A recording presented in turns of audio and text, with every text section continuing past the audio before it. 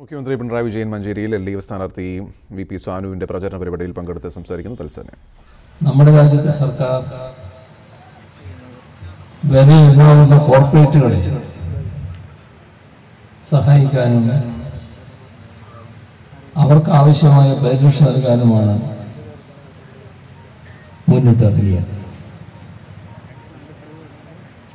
ഇതിന്റെ ഭാഗമായി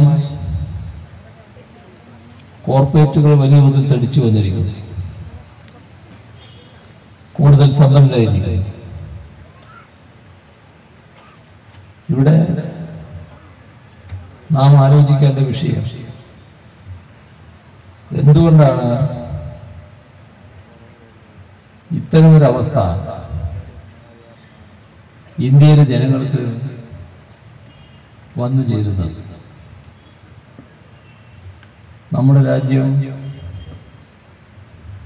മഹാഭൂരിപക്ഷം പാവപ്പെട്ടവരുടെ രാജ്യം.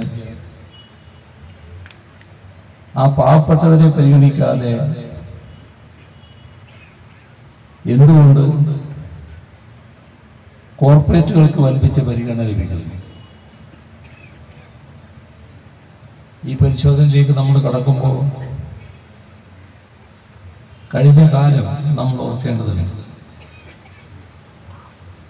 അത് 2014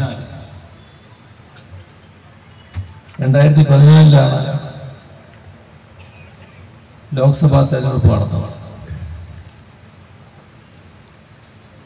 അന്നത്തെ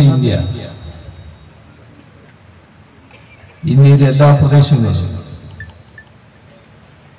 എല്ലാ ജനവിഭാഗങ്ങളും അന്ന് അധികാരത്തിലുള്ള ഗവൺമെന്റിനെ വലിയ തോതിൽ ശപിക്കുകയും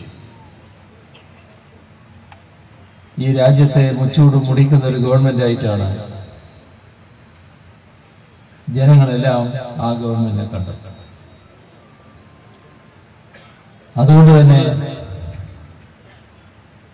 ഇനിയൊരു അവസരം അവർക്ക് നൽകിയാൽ ഞങ്ങളുടെ സ്ഥിതി പരമദയനീയമാകും എന്നാണ് ജനങ്ങളെല്ലാം ചിന്തിച്ചത്. ആ തെരഞ്ഞെടുപ്പിൽ BJP ഈ ജനവികാരം മുതലെടുക്കാനുള്ള പ്രചരണ രീതികളാണ് സ്വീകരിച്ചത്. BJP പറഞ്ഞു, ഇതെല്ലാം ഞങ്ങൾ മാറ്റും, ദ്രോഹ നടപടികളെല്ലാം അവസാനിപ്പിക്കും, ജനങ്ങൾ